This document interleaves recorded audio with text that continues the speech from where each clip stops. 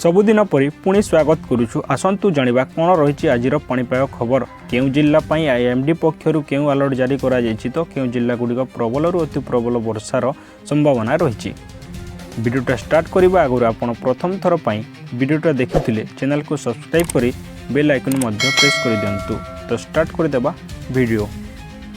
आज हेउछि जून 21 तारिख शनिवार। आईएमडी सूचना अनुसार आसंता 26 तारिख राज्य में पुणी एक लघुचाप सृष्टि हो पारे। उत्तर बंग और संलग्न पश्चिमबंग और बांग्लादेश उपकूल में यह लघुचाप सृष्टि होवार संभावना रही। यह प्रभाव में 26 तारिख को 2 तारिख जाए ओडिशार विस्तृत अंचल अधिक वर्षा होवार संभावना रही। भारतीय पाणीपाग विभाग आईएमडी आकलन करी यह सूचना जारी करिछि। आईएमडी आकलन अनुसार देश में उत्तर पूर्व झारखंड और संलग्न गांगीय पश्चिमबंग उपरे थिबा लघुचाप 2 दिन में दुर्बल हो तेबे 22 तारिख जाए अधिकांश स्थल में स्वल्परू और मध्यम धरण वर्षा हो पारे। पवनर बेग घंटा प्रति 30 ରୁ 40 किमी बहिबो।